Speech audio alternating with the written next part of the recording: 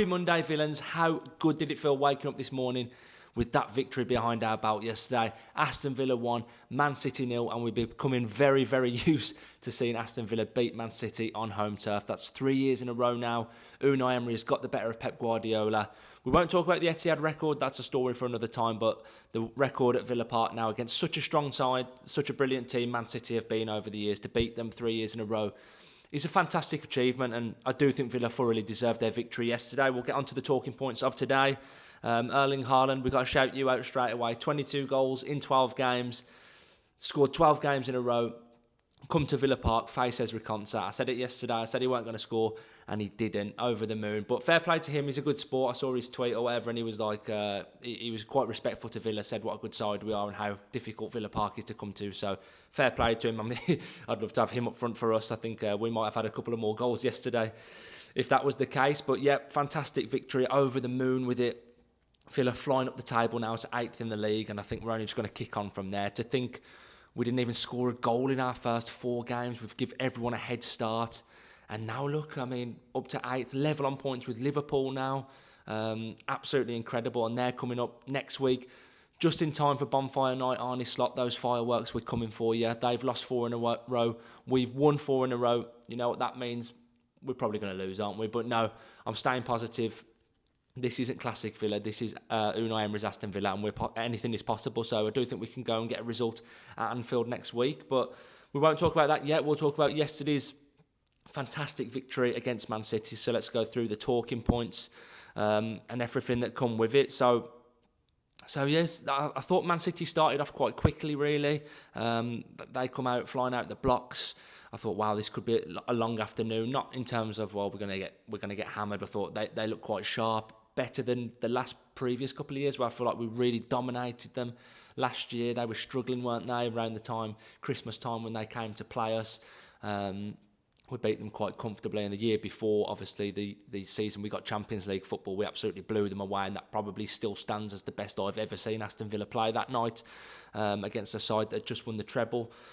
But yesterday, Man City, I do think they started on top, but Villa grew into the game, as we kind of saw against Tottenham last week. And then Matty Cash, we've got to talk about that boy. Wow.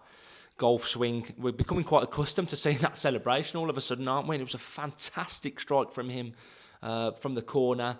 I think it was a corner Villa worked on. Matty Cash did talk about that after the game in his interview, where he looked very pleased with himself, and absolutely buzzing for him because he really deserves it. But they said they'd worked on it, but he wasn't the man that was supposed to shoot. But the ball fell to him, and the touch, and to take it on his left foot, almost on the turn, similar to how he made that pass against Spurs last week, almost on the turn, and that shot to generate the power on his left foot was a brilliant goal. It left Donnarumma stranded. It was great to see that fly past him, because he left us all heartbroken, didn't he, after that PSG quarter-final, where he pulled off some absolute worldy saves. And he did pull off a couple of good saves yesterday, but he had no chance with that Matty Cash strike, and I was over the moon for him. Really am. I mean, he has been Villa's player of the season so far, and I'm absolutely thrilled for him, because he really deserves it. It took a lot of unfair stick over the years, and you can really see the confidence coming through him now. He's backing himself going forward. Maybe Unai's giving him a bit more licence. Because let's not forget, he was a winger in his earlier days at Forest, so he does have the quality going forward, and now the confidence is starting to flow through, and we're starting to see it flourish, and he's backing himself when he gets a sight of goal or a delivery or a pass like we've seen over the last couple of weeks. He's backing himself, and it's paying off, so long may that continue. But yeah, and then I think from there, I do think Villa, although we were under the cosh at times, I do think we did deserve to grind out the victory. Just looking at the stats, obviously Man City dominated in terms of total shots. That was 15 shots on target, 4 to Villa's 2. Villa had the 6 shots overall. They edged possession with 53% of the ball. But to be honest, I think Villa had the better of the chances. I mean, Watkins had a couple of sights, didn't he? Had that one-on-one in the second half. Again, not going in chronological order. I'm going as it comes into my head from memory. He couldn't really get a shot off, could he? That McGinn strike in the box, that was a good opportunity too, and I think there was one in another one in the first half. But Villa were well worthy of their victory. Haaland, I think he had 3 shots on target, but we kept him quiet. Of course, that offside goal at the end as well, which was rightly offside with Marmoush, but I got to tell you, my heart did drop when that when that ball trickled over the line. I was like, oh my God, I felt sick. So the joy when I saw that flag go up, and obviously I sit right next to the away fans, so seeing them all going mental celebrating, and I noticed that flag go up, so I was straight there to tell them. But yeah, that was great. That was absolutely great. I was so relieved to see that flag go up, because it would have been heartbreaking to lose it in the end. Like I say, especially with, I felt like we had a couple of opportunities to finish the game and wrap it up.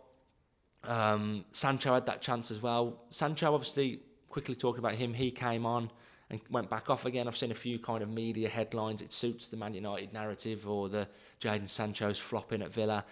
I don't really think that yesterday. I thought he was pretty good yesterday. He was decent. You can tell the quality he's got, and his footwork's great. I think that opportunity he had where he skipped past the Man City defender, tried to scoop it over Donnarumma. It was a decent save in the end, but I was relatively impressed with him. I think the substitution to take him back off was the right time. I think Villa needed a bit more legs, and it was the right choice. But I was pretty impressed with Sancho yesterday, as I was on Thursday. So I think he's slowly getting into his groove, and I think he could be a useful player for us. So don't fall for the media narrative there about Jadon Sancho and all the Man United nutcase fans that just want to absolutely hate their players for some reason. It's absolutely bizarre. We saw it with Rashford. We see it with Sancho. We can see why they want to get out of that absolute circus that is Manchester United, although they are picking up slightly as well at the moment, so fair play to them for that. But focusing on Aston Villa, yeah, I thought he was decent. So yeah, a shame to see Buendia go off when he did, of course. That was disappointing. He left in crutches, but I think that was more precaution than anything, so hopefully that isn't as bad as first feared. But I think the subs Unai made towards the end of the game, they did pay off. Yeah, we brought Gesson on as well, didn't we? And Gesson, I thought he put in a really good shift, actually. I was really impressed with him when he came on. Defended well, got stuck in, a couple of good runs, drawing fouls. I was really impressed. I thought that was a perfect substitution for that stage of the game. And that's what we've seen from Gesson so far, is that more hard work, determination, slide tackling, usually because his second touch is always a slide tackle. But I do think there's something in there, and once we can push up on his technique, his quality, which will come. Like I said on Friday, I watched some of his highlights, and there is quality there. You can definitely see it. I know YouTube, anyone can look good, but I do think there's going to be something there, and Unai's definitely seen something in him, which he hasn't with Harvey Elliott. I mean, he was left out of the squad yesterday, which was it surprising to see? Probably not, but to not even make the squad, not even to make the bench, questions really have to get asked. And you know, a lot of us have quashed the do we not want him to make 10 appearances talk, but it's kind of looking that way at the minute, isn't it? Unai just does not fancy him. Is this one of the reasons why Monchi was shoved out? Was he a Monchi signing that Unai didn't want? You know, we just don't know, but it is looking like that, and there could be a clause in there in January that he goes back, because he was getting more time with Liverpool than he was at Villa. So it'd be interesting to see how that plays out, but he's certainly not in favour. I'm sure he's working hard and doing everything he can, but there's something Unai's just not impressed with, which is a shame, because I do really like. I've always quite admired Harvey Elliott as a player. I've always thought he's a decent player, but he's just not getting the opportunity at Villa, is he? So we'll have to see if that changes. People will always point at the likes of Yuri Tillemans, who barely. Well, he did play in his first season, but was he that highly thought of? Was he that highly rated by the fans? Not really. And then second season, you know, he was our best player, and you know, let's mention that Yuri Tillemans. Without him, look how well we're playing. You know, it's insane. Such a good player to be missing pretty much all season, and Villa are still flying. So yeah, it'll be interesting to see what happens with Harvey Elliott. Maybe he can take some inspiration from that, but something just feels off with it. But going back to that midfield, as I've gone on to Tillemans, I'm a bit all over the place here, but just kind of saying things as it comes to me. But I'm just still buzzing off that game, to be honest, just on a high still. And Amadou Onana, it shouldn't have took me this long to talk about him. Yuri Tillemans' compatriot, Amadou Onana, he was absolutely outstanding yesterday. I think he won the official Premier League Man of the Match, or Player of the Match as you call it now, through Sky Sports, I assume. He was brilliant. He was well worthy of it. I think Matty Cash got it through the Villa fan vote, but either of them deserved it. But for me, I probably would have lent with Amadou Onana. I thought he was absolute monster in midfield yesterday. Him and Kamara. I think Kamara, you could pretty much say Kamara could be man of the match every week. How that man just goes under the radar, I have no idea. I think he's one of the best defensive midfielders in the Premier League for sure. I don't know why there's not more rumours about him leaving, or I mean, thank God there isn't. And Villa's a great project. It would have to take a big club to come in for him to go, but he's such a good player, and him and Onana yesterday were fantastic together. Onana was everywhere. I thought he was on Haaland. He was really good, just pickpocketing, and the last ditch blocks. And I think Ross Barkley put one in towards the end as well. And he made a good appearance, a good ball through to Ollie Watkins as well. Towards the end of the game, he was really good. Like I say, the midfield yesterday was outstanding. I was really impressed with it, and the defence as well. Everyone to a man. I was really encouraged by that gritty, bodies on the line, high-fiving after every tackle, every time a cross was blocked. Martinez, Pau Torres, Konsa there together. I really love to see that fight, and great to get a clean sheet yesterday as well, of course. But Ezri Konsa pocketed Haaland, didn't he? He did. He emptied his pockets, as we say, at the end of the game, when he got out his car keys, his wallet, and Erling Haaland was in there as well. He did pocket him, and he was outstanding. And Ezri Konsa is just getting better and better, and he's so good. I mean, similar to Kamara, goes under the radar a little bit, and I've said he's world class. People have laughed at me for that, but I tell you what, if he was wearing a Man City shirt or a Liverpool shirt, people wouldn't be arguing it. He is absolutely top, one of the best centre-backs in the league for me by a distance for sure. He's absolutely brilliant, and he was outstanding again yesterday. And Pau Torres, equally, he was brilliant as well. There's been talk about his physicality or lack of, but he put in a good shift yesterday, didn't he, for sure. I was really impressed with him as well, and of course we saw that block off the line. I mean, another heart-in-mouth moment there, wasn't it? A little bit more luck than judgment, I think, as well. Just stuck a foot out there, and luckily it saw it sail over the bar. It could have quite easily ended up in the back of our own net, but the ball could have been drifting just wide, but I think I've only seen it back once or twice, but Pau Torres had to put a foot on the ball, and luckily it went over, because it really was a nervous moment for Aston Villa there. But yeah, thank God we got away with that one, and I think we did deserve to. I've seen some Man City fans feeling a little bit aggrieved. They had a penalty shout, didn't they, from that? I think it was from Morgan Rogers in the first half. There was a little bit of a shove in there, I can't lie. Would it a bit soft, I think, a bit soft. Might be saying it through my claret and blue tinted spectacles, of course. I do think it would have been a bit soft. Look, if it was the other way around, would I have said it should have been a penalty to Villa? Maybe. I am gonna admit that I might be a little bit biased there, but fortunately, you have to ride your luck against sides like Man City, and we may have a little bit. Like I said, I do think we missed a couple of chances where they rode their luck too. So they're always going to, have a lot of possession. They're always going to have plenty of shots. They're a quality side, and the quality they bring on, it's almost laughable. Like, you got Doku coming on, Marmoush comes on. It's just player after player. It's just like they can be like, Pep can just go, all right, look at his bench. Yeah, you have a go now then, son. They've just got so much talent. It's outstanding. So to even compete with them, and never mind to beat them 3 years in a row, is an outstanding achievement. So, yeah, really pleased with that.